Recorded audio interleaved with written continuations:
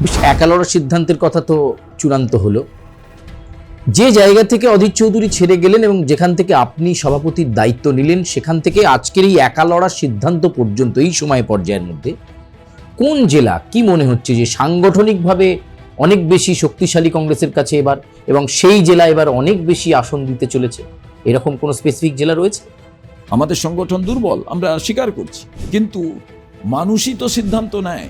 এবারের সময়ের দাবিটা একটু ভিন্ন। তার কারণ শুধু এমএলএ এমপি হওয়া বা সরকারে যাওয়ার জন্য শুধু ধর্মকে ব্যবহার করতে হবে কোট আনকোট।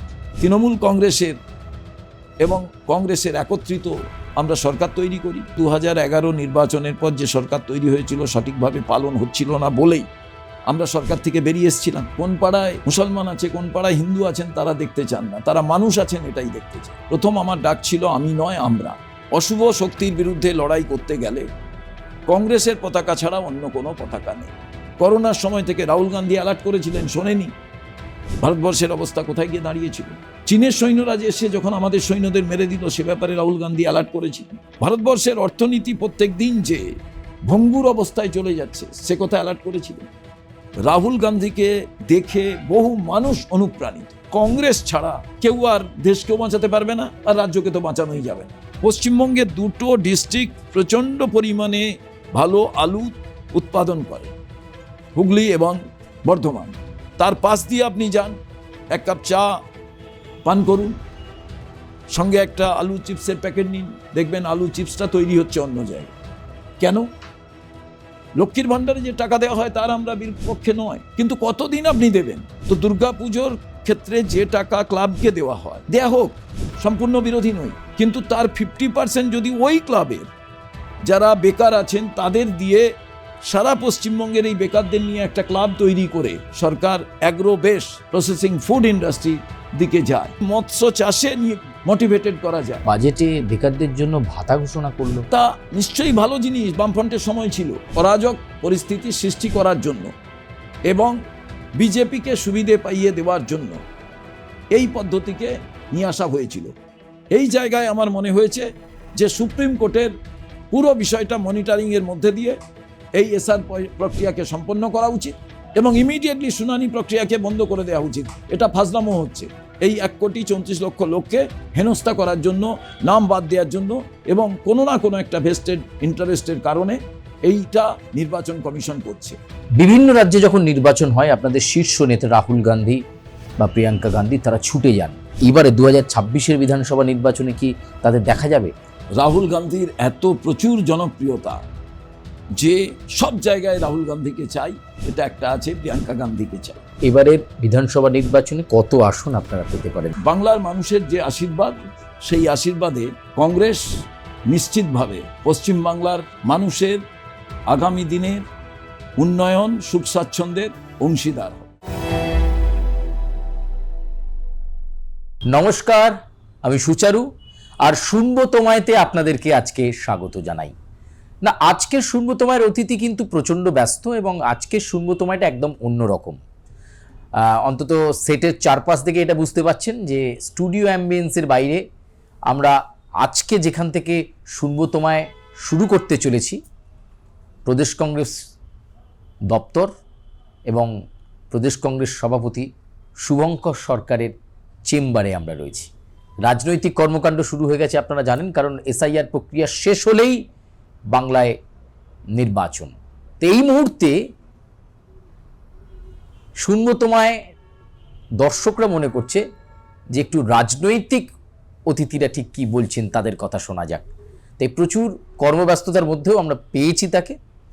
শ্রদ্ধেয় শুভঙ্কর সরকার, স্বাগত জানাই আপনাকে শুনবো তোমায়তে। কদিন আগেই দিল্লিতে বৈঠক করে এলেন এবং আপনার মাধ্যমেই গোটা বাংলার মানুষ জানতে পারল যে এবারে 294টা কেন্দ্রেই কংগ্রেস একা লড়ার সিদ্ধান্ত নিল। এই একা লড়ার সিদ্ধান্ত এবার কেন? কংগ্রেস দল গণতন্ত্রে বিশ্বাস করে, আর দেশে এবং রাজ্যে গণতন্ত্র যখন বিপন্ন তখন কংগ্রেসের নেতারা পার্লামেন্টের ভেতরে, পার্লামেন্টের বাইরে, যে রাজ্যে ক্ষমতায় আছি যেখানে আমাদের বিধানসভার সদস্য আছেন, সব জায়গায় গণতন্ত্রের জন্য আমরা আওয়াজ তুলি। আমরা বাইরে গণতন্ত্রের কথা বলি, কিন্তু দলের ভেতরে যে গণতন্ত্র সেটা অনেক সময় রিফ্লেক্ট হয় না। আমরা প্রদেশ কংগ্রেস থেকে এবং সর্বভারতীয় কংগ্রেস কমিটি সিদ্ধান্ত নিয়েছিল যে কংগ্রেসের র্যাঙ্ক অ্যান্ড ফাইল একেবারে বুথ থেকে জেলা স্তর থেকে রাজ্য স্তর সবার মতামতের ভিত্তিতে আগামী নির্বাচনে সিদ্ধান্ত গ্রহণ করা হবে প্রত্যেকটি ক্ষেত্রে।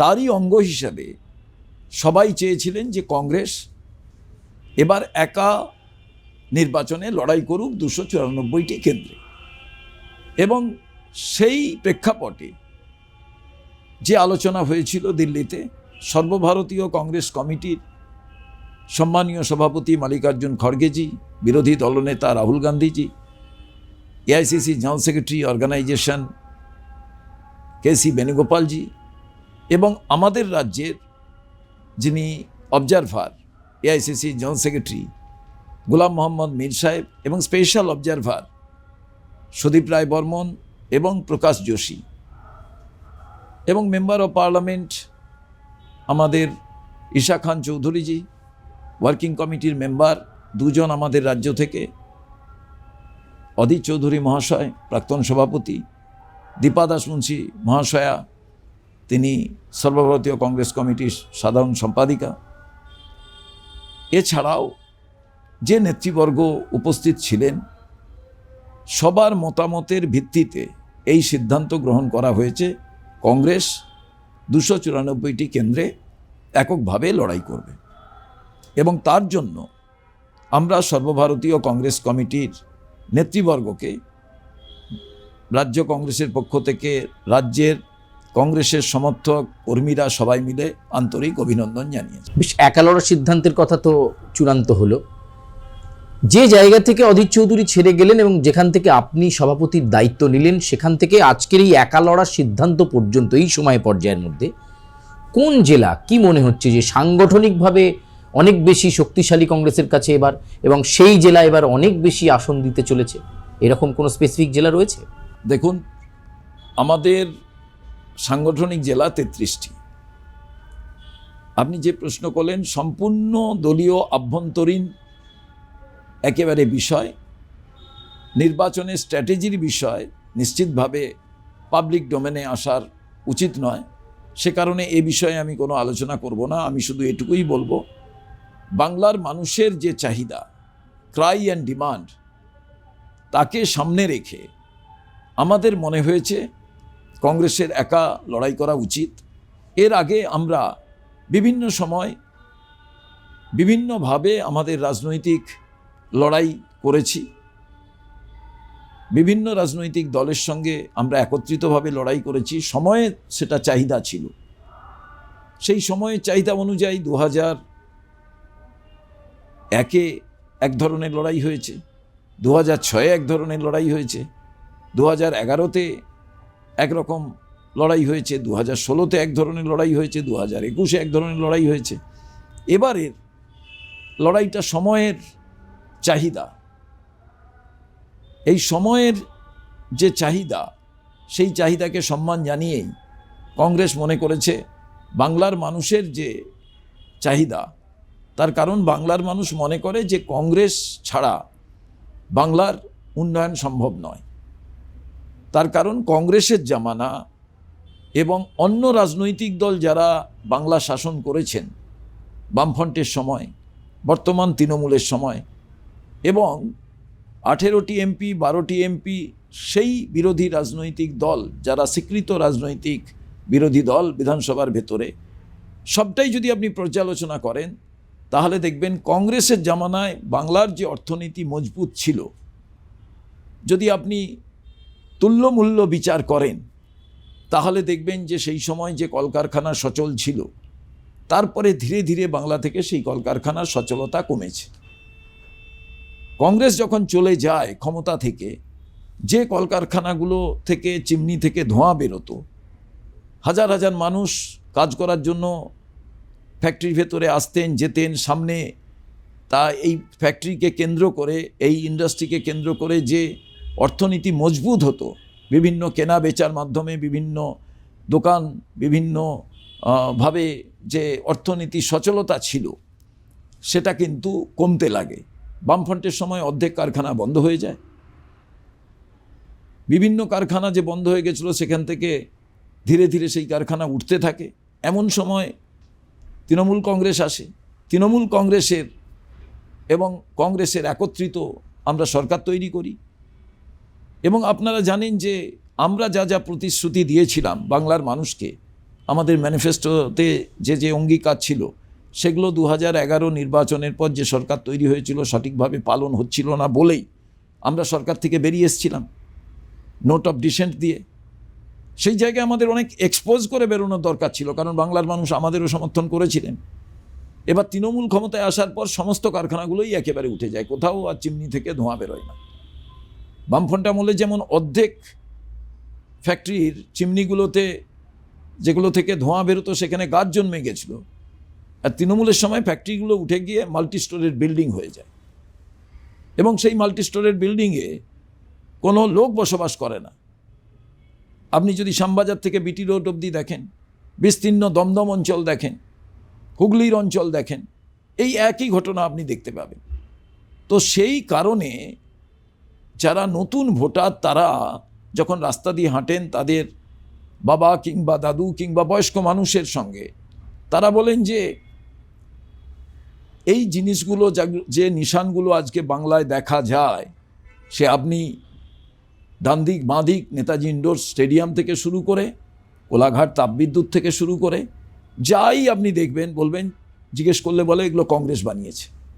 তারা প্রশ্ন করে নতুন ভোটাররা, তাহলে এই যে দীর্ঘদিন বামফ্রন্ট বাংলা শাসন করলো, তারা কি বানালো? তারা জিজ্ঞেস করে এই যে তৃণমূল অনেক দিন হলো শাসন ক্ষমতায় আছে, তারা কি বানালো? তাদের নিশান কিন্তু কোনো জায়গায় আপনি দেখতে পাবেন না।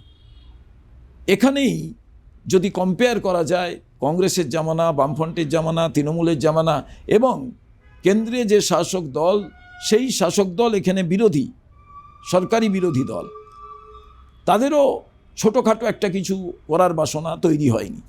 সেই ক্ষেত্রে মানুষ এখন নতুন প্রজন্ম ভাবছে কংগ্রেসকেই দরকার, হিত গৌরব পুনরুদ্ধার করতে গেলে কংগ্রেসকেই প্রয়োজন। এই ক্রাইটা আমরা শুনেছিলাম, জেনেছিলাম, সে কারণেই আমাদের সংগঠন দুর্বল, আমরা স্বীকার করছি। কিন্তু মানুষই তো সিদ্ধান্ত নেয়। এই যে সংগঠন প্রচুর থাকতে হবে, দলীয় কর্মী থাকতে হবে, নাহলে ভোট করা যাবে না। ভোটটা যদি ফ্রি, ফেয়ার অ্যান্ড ফেয়ারলেস হয়, তাহলে মানুষ তার মতো ভোট দেবেন। বাংলার মানুষের প্রতি আমার যথেষ্ট সম্মান আছে। কোনো সময় তারা মিসলিড হতে পারেন, মিসগাইডেড হতে পারেন, কিন্তু তাদের বিচক্ষণতা নিয়ে কোনো প্রশ্ন আমার কিন্তু নেই। আপনি যে কথা একটু আগে বললেন যে সময়ের দাবি মেনে কংগ্রেস এবার একা লড়ার সিদ্ধান্ত নিয়েছে, সময়ের দাবি কি ছিল না যে বাম কংগ্রেস আবার জোট হোক, আবার একটা ঐক্যবদ্ধ লড়াই হোক, এবং তৃণমূলের বিরুদ্ধে, ভারতীয় জনতা পার্টির বিরুদ্ধে বাম কংগ্রেস ঐক্যবদ্ধভাবে যে লড়াইটা করতে পারত, কংগ্রেস কি একা সেটা সম্ভব হবে? দেখুন, 2001-এ এক ধরনের সময়ের দাবি ছিল, 2006-এ এক ধরনের সময়ের দাবি ছিল, 2011-তে যে সময়ের দাবি ছিল তাতে আমরা অংশগ্রহণ করেছিলাম, 2016-তেও আর এক ধরনের সময়ের দাবি ছিল, তাই জন্য আমরা বামফ্রন্টের সঙ্গে ছিলাম। আর 2011-তে তৃণমূল কংগ্রেসের সঙ্গে ছিলাম, যে তৃণমূল কংগ্রেস আমাদের থেকে বেরিয়ে গিয়েই নতুন রাজনৈতিক দল তৈরি করেছিলেন। 2021-এও সময়ের দাবি অনুযায়ী আমাদের নেতৃত্ব, আমরা সবাই মিলে সেই এক জোট প্রক্রিয়ার মধ্যে গিয়েছিলাম, সিট অ্যাডজাস্টমেন্টের প্রক্রিয়ায় গিয়েছিলাম। এবারের সময়ের দাবিটা একটু ভিন্ন। তার কারণ শুধু এমএলএ এমপি হওয়া বা সরকারে যাওয়ার জন্য শুধু ধর্মকে ব্যবহার করতে হবে, কোট আনকোট, যেভাবে হোক এমএলএ হতে হবে, যে কোনো শক্তির সঙ্গে হাত মিলিয়ে।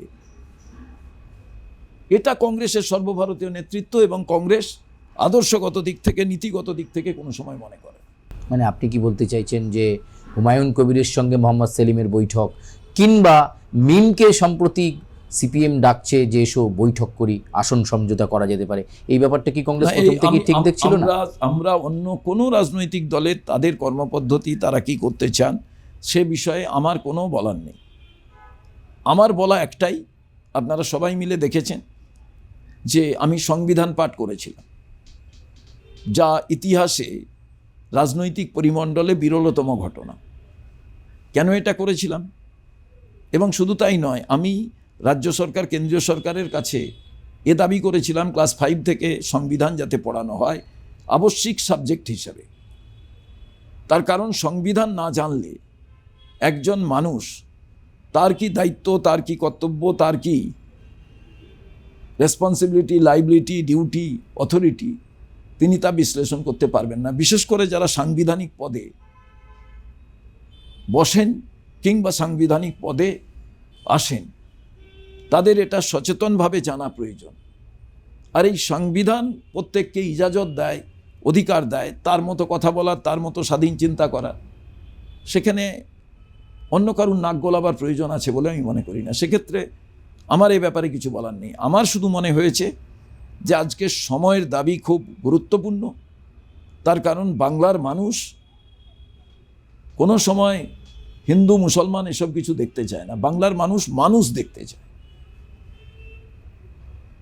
কোন পাড়ায় খ্রিস্টান আছে, কোন পাড়ায় দলিত আছে, কোন পাড়ায় মুসলমান আছে, কোন পাড়ায় হিন্দু আছেন, তারা দেখতে চান না। তারা মানুষ আছেন এটাই দেখতে চান, যেটা বাংলার কৃষ্টি, সংস্কৃতি, ঐতিহ্য ছিল।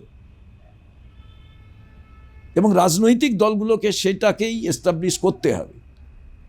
অনেক অশুভ শক্তি, এমন কিছু শক্তি যারা এই কাজটাই করতে চাইবেন, তাদের রুখতে হবে। আর সে কারণেই সময়ের চাহিদাটা, সময়ের দামটাই খুব গুরুত্বপূর্ণ বিষয় বলে আমি মনে করি। রাজনীতিতে কেউ ক্ষমতায় আসবেন, কেউ ক্ষমতায় যাবেন, কিন্তু এই বিভাজনের রাজনীতির মধ্যে বাংলার যে ঐতিহ্য, রামকৃষ্ণের বাংলা, বিবেকানন্দের বাংলা, নেতাজি সুভাষচন্দ্রের বাংলা, বিধানচন্দ্রের বাংলা, সে বাংলায় এই দৃষ্টিভঙ্গি মানুষ গ্রহণ করে না। আপনি কিছুদিন আগে বলছিলেন যে যারা পুরনো কংগ্রেস কর্মী, যারা বাড়িতে বসে গেছেন, তাদের জন্য আজও কংগ্রেসের দরজা জানালা হাট করে খোলা আছে। আর আরেকটা ছবি যেটা সাম্প্রতিকতম সময়ে বোধহয় কংগ্রেসের কাছে একটা বাড়তি অক্সিজেন দেখা গেল, মৌসম নূর তার কংগ্রেসে প্রত্যাবর্তন এবং এসে বললেন যে দল ছেড়েছিলাম, ভুল হয়েছে। তাহলে কি কোথাও এই যে কংগ্রেসে ফিরে আসার পর্ব মৌসম দিয়ে যেটা শুরু হলো, আপনি কি মনে করেন যে আগামীতে এরকম বহু পুরনো কংগ্রেস নেতা যারা শাসক দল তৃণমূল কংগ্রেস হোক বা অন্য রাজনৈতিক দলে চলে গিয়েছিল, তারা আবার ফেরত আসার একটা প্রবল সম্ভাবনা তৈরি হচ্ছে? দেখুন, আমি অর্থাৎ কংগ্রেস পরিবার বাংলায় সিদ্ধান্ত গ্রহণ করেছে 294টি কেন্দ্রে একা লড়াই করার। এই সময় custodian of the Congress party এই বাংলায়, কংগ্রেসের মুখিয়া হিসাবে, সভাপতি হিসাবে প্রথম আমার ডাক ছিল আমি নয় আমরা। আজও আমরা কংগ্রেস পরিবার বাংলায় আহ্বান করছে, ডাক দিচ্ছে যে যারা যেখানে আছেন, অশুভ শক্তির বিরুদ্ধে লড়াই করতে গেলে কংগ্রেসের পতাকা ছাড়া অন্য কোনো পতাকা নেই। সারা ভারতবর্ষে অন্যায়ের বিরুদ্ধে লড়াই করতে গেলে যে যুবকটি, যে নেতাটি সংবিধানের বইটিকে হাতে নিয়ে লড়াই করছেন, তিনি কিন্তু কংগ্রেসকে কোথায় বেশি এমএলএ পেয়ে যাওয়া, কোথাও বেশি এমপি পেয়ে যাওয়া লক্ষ্যে নয়, ভারতবর্ষের সংবিধানটাকে বাঁচানোর জন্য। তার কারণ আমি যে ভাষায় কথা বলি, আমি সেই ভাষায় যাতে অন্য রাজ্যে কথা বলতে পারি। এবং আমার এক রাজ্য থেকে অন্য রাজ্যে যেতে গেলে এই ভারতবর্ষে কোথাও পাসপোর্ট লাগে না, ভিসা লাগে না। কিন্তু এমন এক বাতাবরণ তৈরি করার চেষ্টা হচ্ছে যে আঞ্চলিকতাবাদ, যেখানে ভাষাগত দিক, যেমন বাংলা ভাষায় কথা বললে বিজেপি শাসিত রাজ্যে মার খেতে হচ্ছে, বাংলাদেশি বলে তাদের চিহ্নিত করে দেওয়া হচ্ছে। এই যে প্রবণতা এবং সারা জায়গায় যেভাবে জাতের নামে বজ্জাতি, ধর্মের নামে হানাহানি, যেটা রাহুল গান্ধী প্রত্যেক দিন এই বিষয়ে সজাগ করছেন এবং বলছেন যে ভয় থেকে মানুষ মিথ্যে কথা বলে, আর ভয় থেকেই মানুষ অন্যকে আক্রমণ করে। অতএব তিনি বলছেন ডরো মত ডরাও মত। এটা গান্ধীজির কথা। আজকে সেই জায়গায় রাহুল গান্ধীকে দেখে বহু মানুষ অনুপ্রাণিত, কারণ যখন তিনি যা বলেছেন দেশের সরকার তা গ্রহণ করেনি, বিজেপি সরকার। এবং পশ্চিমবঙ্গ তো ভারতবর্ষের বাইরে নয়। আজকে রাহুল গান্ধী সোচ্চার বেকারদের নিয়ে, যে বেকাররা কি করবেন, শিল্প নেই, হেভি ইন্ডাস্ট্রি নেই, ম্যানুফ্যাকচারিং ইন্ডাস্ট্রি নেই, অ্যাগ্রোবেস ইন্ডাস্ট্রি নেই, মাঝারি ছোট শিল্প মরছে প্রত্যেক দিন। যে কোনো জায়গায় কয়েকজন শিল্পপতি তারাই রাজ করে বেড়াচ্ছেন। বেকারদের যে পরিসংখ্যান, সেই এমপ্লয়মেন্ট এক্সচেঞ্জই প্রায় উঠে গেছে। এই রকম জায়গায় আপনি সেই আগে থেকে ধরুন করোনার সময় থেকে রাহুল গান্ধী অ্যালার্ট করেছিলেন, শোনেনি। ভারতবর্ষের অবস্থা কোথায় গিয়ে দাঁড়িয়েছিল। চীনের সৈন্যরা যে এসে যখন আমাদের সৈন্যদের মেরে দিল, সে ব্যাপারে রাহুল গান্ধী অ্যালার্ট করেছিলেন। ভারতবর্ষের অর্থনীতি প্রত্যেক দিন যে ভঙ্গুর অবস্থায় চলে যাচ্ছে, সে কথা অ্যালার্ট করেছিলেন। এবং 2026-এর নির্বাচনের আগে এই রাজ্যের প্রেক্ষাপট যদি ধরেন, রাজ্যের সবথেকে গুরুত্বপূর্ণ জিনিস হলো আইন শৃঙ্খলা। সেই আইন শৃঙ্খলা স্টেট সাবজেক্ট। আইন শৃঙ্খলা যদি ভালো না হয় তাহলে ইন্ডাস্ট্রি হবে না। কারণ যারা বিনিয়োগ করবেন তারা তো যদি দেখে প্রত্যেক দিন মারা যাচ্ছে, খুনখামারি হচ্ছে, যে ভদ্রলোক বিনিয়োগ করতে চান তার বিনিয়োগের যে প্রফিট, বিনিয়োগ করার সেই টাকাটা তার তো উঠে আসা চাই।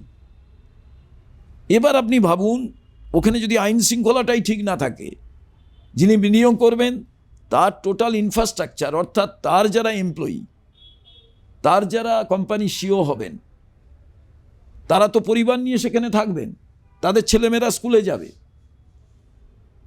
তো টোটাল সিকিউরিটি যদি ল্যাক্সেস কোথাও দেখা যায়, কোথাও যদি মনে হয় যে সামগ্রিকভাবে মানুষের একটা ভয়ের আবহাওয়া তৈরি হয়েছে, তখন তো লোকে আসবে না ইনভেস্ট করতে। তো প্রথমে তো ল অ্যান্ড অর্ডার সিচুয়েশন ঠিক করা প্রয়োজন। তবেই কিন্তু শিল্প বলুন, তবেই বলুন স্বাস্থ্য, তবেই কৃষি, সব কিছুরই ডেভেলপমেন্ট করা সম্ভব হবে। সেটা রাজ্যের ক্ষেত্রে নেই। এবং বারে বারে আজকের দিনে যুব সম্প্রদায় তারা মনে করছে কংগ্রেস ছাড়া কেউ আর দেশকেও বাঁচাতে পারবে না, আর রাজ্যকে তো বাঁচানোই যাবে না। আমাকে পয়েন্ট আউট করে বলুন যে কংগ্রেসের বানানো, একটু আগে যা বলছিলাম আমি, এ বাদে আজ পর্যন্ত হেলথের সেক্টরে যদি ধরেন, কংগ্রেসের আমলে প্রাইমারি হেলথ সেন্টারগুলো হয়েছিল, সেই প্রাইমারি হেলথ সেন্টার কোথায়? আজকে নেই। পশ্চিমবঙ্গের দুটো ডিস্ট্রিক্ট প্রচণ্ড পরিমাণে ভালো আলু উৎপাদন করে, হুগলি এবং বর্ধমান। তার পাশ দিয়ে আপনি যান, এক কাপ চা পান করুন, সঙ্গে একটা আলু চিপসের প্যাকেট নিন, দেখবেন আলু চিপসটা তৈরি হচ্ছে অন্য জায়গায়। কেন? রাজ্য সরকারের সম্পূর্ণ ক্লিয়ার কোনো ভিশন নেই। লক্ষ্মীর ভাণ্ডারে যে টাকা দেওয়া হয় তার আমরা বিপক্ষে নয়, তাতে ক্রয় ক্ষমতা বাড়বে, কিন্তু কতদিন আপনি দেবেন? আপনাকে তো উৎপাদিত কিছু জিনিসের ব্যবস্থা করতে হবে, যেখান থেকে পার্মানেন্ট তারা নিজেদের মতো স্বাধীনভাবে চাকরির মাধ্যমে হোক আর সেলফ এমপ্লয়মেন্টের মাধ্যমে হোক তারা তাদের অর্থ উপার্জন করতে পারেন। তো দুর্গাপুজোর ক্ষেত্রে যে টাকা ক্লাবকে দেওয়া হয়, দেয়া হোক, সম্পূর্ণ বিরোধী নই, কিন্তু তার 50% যদি ওই ক্লাবের যারা বেকার আছেন তাদের দিয়ে সারা পশ্চিমবঙ্গের এই বেকারদের নিয়ে একটা ক্লাব তৈরি করে এই আলু চিপসের কারখানা তৈরি করা হয়, গ্রিলের কারখানা তৈরি করা হয়, টমেটো সসের কারখানা তৈরি করা হয়, যদি আম যেখানে ভালো উৎপন্ন হয়, পেয়ারা যেখানে বেশি উৎপন্ন হয়, আনারস যেখানে বেশি উৎপন্ন হয়, সেগুলোকে একত্রিত করে যদি সরকার অ্যাগ্রো বেস প্রসেসিং ফুড ইন্ডাস্ট্রির দিকে যায়,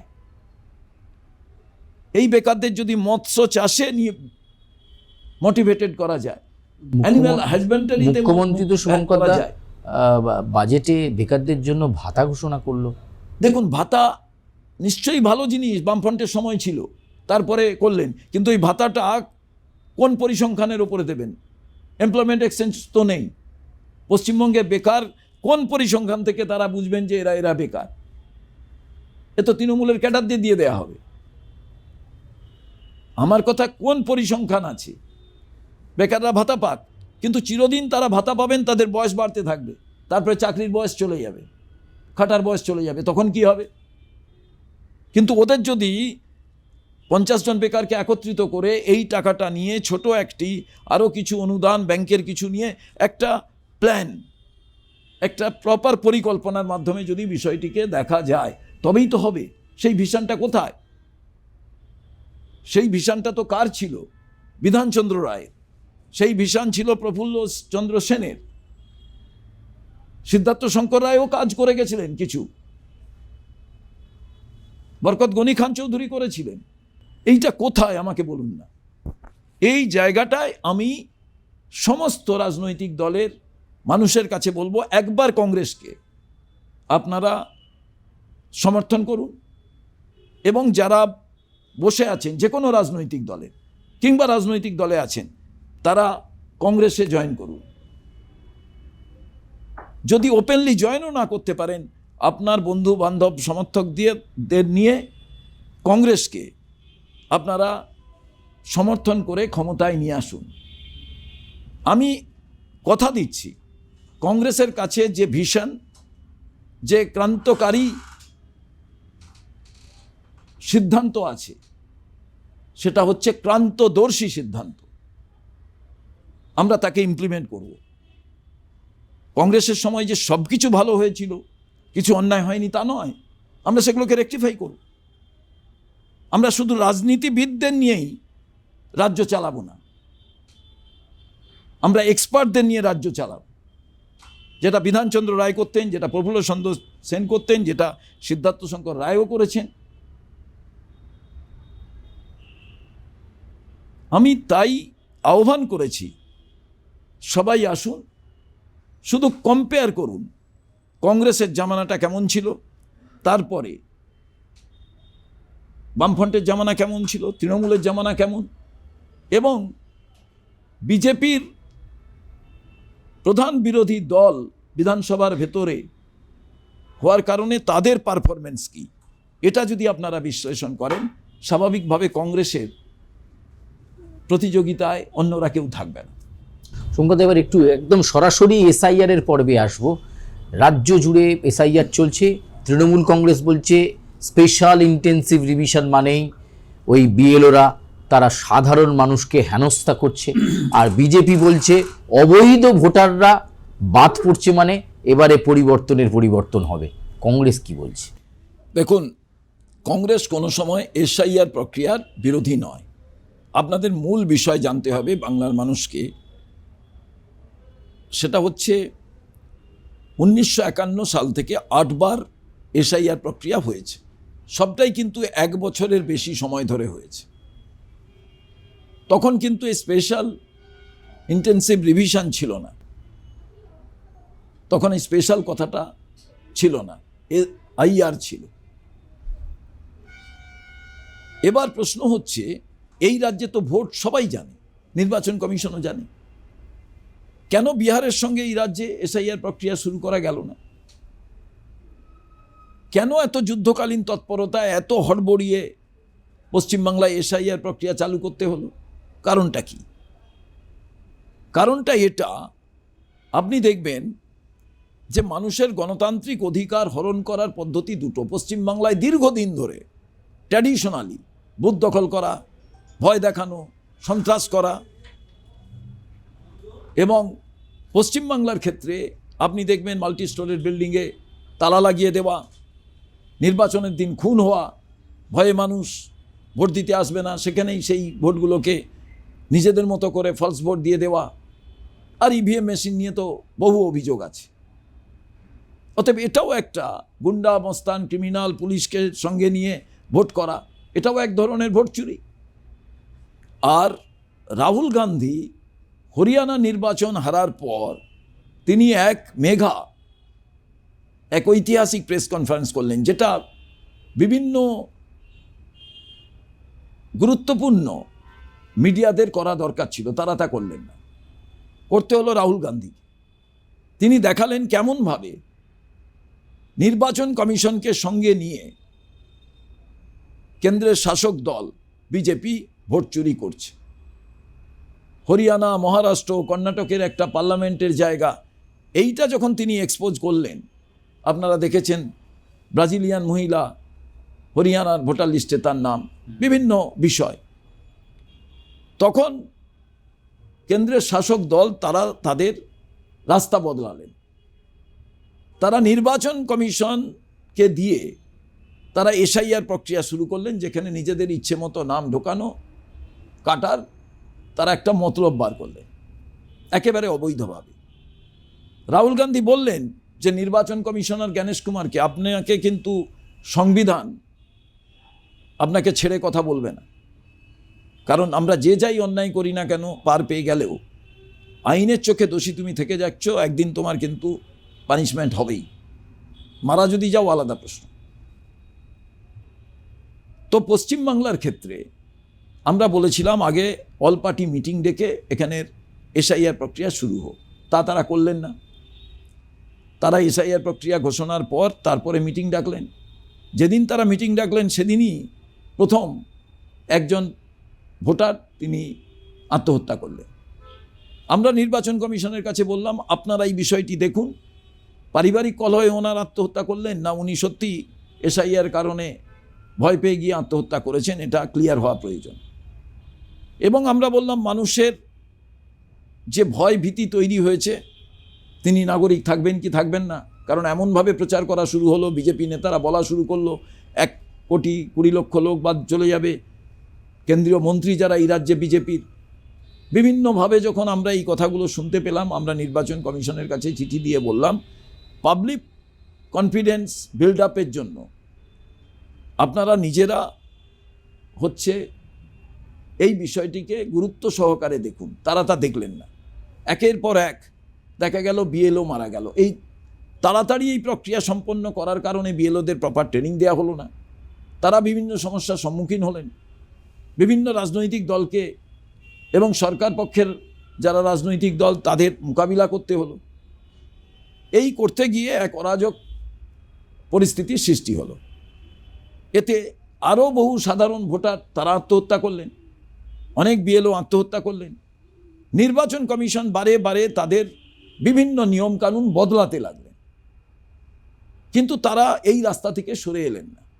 তারা প্রথম লিস্ট বার করলেন 58,20,000 সামথিং, যেখানে মৃত ভোটার প্রায় 25 লক্ষের মতো, স্থানান্তরিত নট ট্রেসেবল ভোটার সেখানে আছে। এরপরে হঠাৎ করে 1,34,00,000 তারা লজিক্যাল ডিসক্রিপেন্সির জন্য বিভিন্ন চিঠি পাঠাতে লাগল। আমরা বারে বারে এটা বললাম এবং আমরা কংগ্রেস থেকে সুপ্রিম কোর্টে আমরা শরণাপন্ন হয়েছিলাম, আমরা কেস করেছিলাম। আগামী 9 তারিখে আবার সেই কেসের ডেট হওয়ার কথা।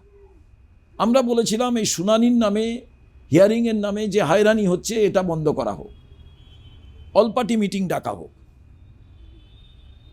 এই ফাজলামো কোনোভাবে যাতে না হয়। কোনো রাজনৈতিক দল চায় না, কোনো ব্যক্তি চান না যে মৃত ব্যক্তির নাম ভোটার লিস্টে থাকুক, কিংবা এক ব্যক্তি 5 জায়গায় তার ভোটার লিস্টে নাম থাকবে এবং যাকে খুঁজে পাওয়া যাচ্ছে না তার নামও থাকবে, এটা কেউই চান না। কিন্তু নির্বাচন কমিশন করেন কি? 2 বছর তো তার রিভিশন করার কথা বছরে। এতদিন তারা কি করেছিলেন? আর বেশ 2000 সাল থেকে যে ধরা হলো 2002, কেন এটা ধরা হবে? তো সামগ্রিকভাবে আমার যেটা মনে হয়েছে, এক অরাজক পরিস্থিতি সৃষ্টি করার জন্য এবং বিজেপিকে সুবিধে পাইয়ে দেওয়ার জন্য এই পদ্ধতিকে নিয়ে আসা হয়েছিল। এবার মজার ব্যাপার হলো তৃণমূল মুখ্যমন্ত্রী তিনি বললেন আমরা এসআইআর মানি না, কাউকে এসআইআর মানতে হবে না। কংগ্রেস কিন্তু কোনো সময় এসআইআর মানি না এ কথা বলেনি, কিন্তু এই এসআইআরের নামে বৈধ ভোটারের নাম বাদ যাক এটার আমরা চরম বিরোধী। তার জন্য নির্বাচন কমিশনের সামনে আমরা বিক্ষোভ দেখিয়েছি।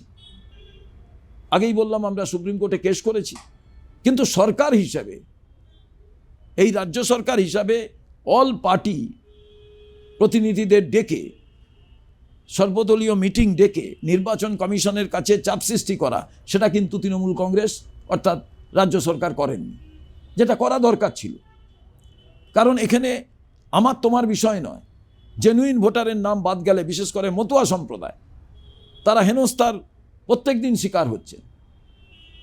এই জায়গায় আমার মনে হয়েছে যে সুপ্রিম কোর্টের পুরো বিষয়টা মনিটরিংয়ের মধ্যে দিয়ে এই এসআর প্রক্রিয়াকে সম্পন্ন করা উচিত। এবং আমরা বলেছি 14 তারিখ লাস্ট যে লিস্ট বেরোবার কথা, আরও যাতে 15 দিন বাড়ানো হয় টাইম, এবং ইমিডিয়েটলি শুনানি প্রক্রিয়াকে বন্ধ করে দেওয়া উচিত। এটা ফাজলামো হচ্ছে। এই 1,34,00,000 যে লজিক্যাল ডিসক্রিমেন্সির কথা বলা হয়েছে, আপনারা জানেন এটা কোনোভাবে এই 1,34,00,000 লোককে হেনস্থা করার জন্য, নাম বাদ দেওয়ার জন্য এবং কোনো না কোনো একটা ভেস্টেড ইন্টারেস্টের কারণে এইটা নির্বাচন কমিশন করছে। এই নির্বাচন কমিশন জ্ঞানেশ কুমার বিজেপির সভাপতির মতোই আচরণ করছেন তিনি বিভিন্ন জায়গায়, এবং রাহুল গান্ধী পার্লামেন্টের ভেতরে দাঁড়িয়ে বলেছেন যে এই জ্ঞানেশ কুমার তিনি তো বিজেপির দ্বারাই মনোনীত হয়েছেন। কারণ যে 3 জন মিলে মনোনীত করার কথা, সুপ্রিম কোর্টের প্রধান বিচারপতি, প্রধানমন্ত্রী এবং বিরোধী দলনেতা, সুপ্রিম কোর্টের প্রধান বিচারপতিকে বাদ দিয়ে দেওয়া হয়েছে। তো বিজেপির নিজেদেরই 2 জন লোক এবং অপোজিশন লিডার হিসাবে রাহুল গান্ধী, লাভ কি? একজন 1:2 হয়ে যাবে, কোনো লাভ নেই। আবার 2023-এর ডিসেম্বর থেকে এই নির্বাচন কমিশনের বিরুদ্ধে কেউ কোনো অভিযোগ করতে পারবে না। এ আবার নতুন এক বিধি তৈরি করে ফেলেছেন। তো স্বাভাবিকভাবে তারা ডেসপারেট। এবং এই ক্ষেত্রে দাঁড়িয়ে আমার মনে হয়েছে বাংলার জনগণকে অনেক বেশি সজাগ হতে হবে। এবং বারে বারে আপনি দেখবেন এইটা রাজ্য সরকার কেন বলছেন, কেন মানুষকে বিপথে চালিত করলেন যে এসআইআর প্রক্রিয়ায় কিছু হবে না, আমরা দেখে নেব। তারপরে দেখা গেল বিএলও সব দেখা যাচ্ছে যারা তৃণমূলকে সমর্থন করেন এরকম বহু মানুষ আছে। প্রথমেই BLA 1 BLA 2 তৃণমূলই দিয়ে দিল। যেমনভাবে ওয়াকফ প্রপার্টি নিয়ে বলেছিল তোমাদের আমরা এখানে কোনো আন্দোলন করতে দেবো না, যা করো দিল্লিতে গিয়ে করো, এটা কোনো কিছুই হবে না, সব আমি দেখে নেব। পরবর্তী ক্ষেত্রে সেই কেন্দ্রীয় সরকারের যে সময়সীমা রেখা, সেই সীমারেখার মধ্যে বললেন আপনারা পেপার জমা দিয়ে দিন। বিভিন্ন হচ্ছে ওয়াকফ যারা ম্যানেজমেন্টের কমিটিতে আছেন ওয়াকফের, তাদের বললেন যে আপনাদের প্রপার্টি সমস্ত কিছু হিসেব নিকেশ দিয়ে দিন। ডিএম প্রত্যেকটি জেলায় জানিয়ে দিলেন। অতএব এই যে দ্বিচারিতা, এই দ্বিচারিতাটা বাংলার মানুষ ভালো করে নেয়নি, মুসলমান সম্প্রদায়ও ভালো করে নেয়নি। আর মুসলমান সম্প্রদায়কে যারা ইয়াং জেনারেশন, অনেকে আমাকে প্রশ্ন করে, দেখুন কংগ্রেস আমলেই কংগ্রেস হিম্মত দেখাতে পেরেছিল মুসলমান সম্প্রদায় থেকে হোম মিনিস্টার করা। 52 সাল থেকে পশ্চিমবঙ্গে নির্বাচন হচ্ছে, আজ পর্যন্ত কারুর হিম্মত হয়নি হোম মিনিস্টার মুসলমান সম্প্রদায় থেকে করা। আমরা মোতাহার হোসেনকে করতে পেরেছিলাম, আমরা ফজলুল হককে করতে পেরেছিলাম MOS হোম। এবং প্রত্যেকটি থানায় এই সিদ্ধান্ত নেওয়া হয়েছিল সেই সময় কংগ্রেসের আমলে যে 3 জন করে মুসলমান সম্প্রদায় থেকে অফিসার থাকবেন, যাতে কোনো সম্প্রদায় বিড়ম্বনার সম্মুখীন না হয়। বিশেষ করে মাইনরিটি যারা, তাদের রক্ষণাবেক্ষণের দায়িত্ব মেজরিটি সম্প্রদায়, এবং সরকারও সেটা চায়। যেটা ধরুন বাংলাদেশের ক্ষেত্রে হিন্দুদের রক্ষা করার দায়িত্ব তো মুসলমানদের, কারণ সেখানে হিন্দুরা মাইনরিটি, এখানে মুসলমানরা মাইনরিটি, আমাদের তাদের রক্ষা করার দায়িত্ব। কিন্তু অন্য কোনো রাজনৈতিক দল সেই সাহস দেখায়নি যে হোম মিনিস্টারটা মুসলমান সম্প্রদায় থেকে করি। অনেকে অনেক বড় বড় কথা বলেন, মুসলমান সম্প্রদায় অনেককে ভোট দেন, তাদের নতুন জেনারেশনের মানুষ যারা আছেন তাদের এই ব্যাপারটা ভাবা প্রয়োজন। শুভঙ্কর, এবার আপনার কাছে যে প্রশ্ন সেটা হচ্ছে যে বিভিন্ন রাজ্যে যখন নির্বাচন হয় আপনাদের শীর্ষ নেতা রাহুল গান্ধী বা প্রিয়াঙ্কা গান্ধী তারা ছুটে যান এবং সেখানে গিয়ে আরও উজ্জীবিত করেন কংগ্রেস নেতাকর্মীদের। বাংলার যদি নির্বাচনের প্রচার পর্ব বিশ্লেষণ করা যায় অতীতের দিকে, খুব কমবার এসেছেন রাহুল গান্ধী বা প্রিয়াঙ্কা। এবারে 2026-এর বিধানসভা নির্বাচনে কি তাদের দেখা যাবে? আপনাকে আমি বলি, আজকের দিনে রাহুল গান্ধীর এত প্রচুর জনপ্রিয়তা যে সব জায়গায় রাহুল গান্ধীকে চাই, এটা একটা আছে, প্রিয়াঙ্কা গান্ধীকে চাই। মহিলারা তো বলছেন যে मैं महिला हूं तो लड़ सकता हूं, এই যে স্লোগান, এই যে মহিলা মানেই একটা আলাদা কমিউনিটি, এটা কালমার্কস বলেননি। তার কারণ মহিলা মানেই একটা অ্যাজ এ হোল সম্প্রদায়, একটা শ্রেণী, একটা ক্লাস। তো প্রিয়াঙ্কা গান্ধীর প্রচুর জনপ্রিয়তা, তাকেও সবাই চাইছেন। আর রাহুল গান্ধী, তিনি তো অত্যাচারিতের কণ্ঠস্বর, নিপীড়িতের আওয়াজ। His voice is the for the downtrodden people, his voice of the sufferer people. এই জন্যই তো তাকে মানুষ জিতিয়ে বিরোধী দলনেতা করেছেন, যাতে পার্লামেন্টের ভেতরেও তিনি সেই আওয়াজ তুলতে পারেন। আপনাদের কাছে বলছি, মল্লিকার্জুন খড়গেজি আসবেন, আমাদের সভাপতি, রাহুল গান্ধী আসবেন, প্রিয়াঙ্কা গান্ধী আসবেন, তারা মিটিং করবেন, রোড শো করবেন। কংগ্রেস পরিবার বাংলার সমস্ত মানুষের সঙ্গে একত্রিতভাবে আপনারা দেখবেন রাজপথে থাকবে। এবং আগামী দিনে যেভাবে বাংলার যেদিকে তাকাবেন কংগ্রেসের সৃষ্টি করা জিনিস, ঠিক তেমনিভাবে আগামী দিনে রাজপথে কংগ্রেস সে অঙ্গীকারই করার জন্য রাহুল গান্ধী এবং প্রিয়াঙ্কা গান্ধী, খড়গেজি এসে, আরও কেন্দ্রীয় নেতৃত্ব এসে উপস্থিত হবেন। এ কারণেই যে বাংলা আজ যা চিন্তা করে, ভারতবর্ষ পরের দিন চিন্তা করে, তাকেই ত্বরান্বিত করার জন্য, তাকেই বাস্তবায়িত করার জন্য। এবং খেটে খাওয়া মানুষ, দলিত, আদিবাসী এবং পশ্চিম বাংলার মানুষ মানেই চিন্তাশীল মানুষ। যিনি রিক্সা চালান, যিনি মাঠে কাজ করেন, তিনিও 2 লাইন কবিতা লেখেন। অতএব এই উদ্ভাবনী শক্তির পাশে কেন্দ্রীয় নেতৃত্ব থাকবে। আপনার কাছে শেষ প্রশ্ন, এবারের বিধানসভা নির্বাচনে কংগ্রেসের তো নিশ্চয়ই একটা অ্যাসেসমেন্ট আছে, কত আসন আপনারা পেতে পারেন বলে আপনারা মনে করছেন? আমি এইটুকু মনে করি যে বাংলার মানুষের যে আশীর্বাদ, সেই আশীর্বাদে কংগ্রেস নিশ্চিতভাবে পশ্চিমবাংলার মানুষের আগামী দিনের উন্নয়ন, সুখ স্বাচ্ছন্দ্যের অংশীদার হবে। সংখ্যায় বলবেন না, অংশীদার হবে। এবং সেই অংশীদারিত্বটা নিজেদের একেবারে সংখ্যার জোরে তারা সেখানে দাঁড়িয়ে মানুষের সেবা করার দায়িত্ব বাংলার মানুষের থেকেই তারা পাবে। সংখ্যাটা আগামী দিনে বিধানসভার ভেতর থেকেই আপনাদের সঙ্গে কথা বলার সময় জেনে নেবেন। এটুকুই আমি বললাম, যে আশীর্বাদটা বাংলার মানুষের থেকে পাবে আমরা মনে করি, তার থেকেই বাংলার মানুষের কাছে কাজ করার সেই যে অথরিটিটা তারা অর্জন করতে পারবে। অনেক ধন্যবাদ শুভঙ্করবাবু আপনাকে। আমরা কথা বলছিলাম শুনবো তোমায়তে প্রদেশ কংগ্রেস সভাপতি শুভঙ্কর সরকারের সঙ্গে, এবং খোলামেলা আলোচনাতে তিনি জানালেন না যে আগামী দিনে কংগ্রেস কিভাবে চলতে চায়। শুনবো তোমায়তে আরও এরকম বহু রাজনৈতিক অতিথিদের কথা তুলে ধরবো আপনাদের সামনে, আর অবশ্যই আপনারাও আপনাদের সুচিন্তিত মতামত দেবেন। তবে আপাতত ধন্যবাদ, বিদায় নিচ্ছি।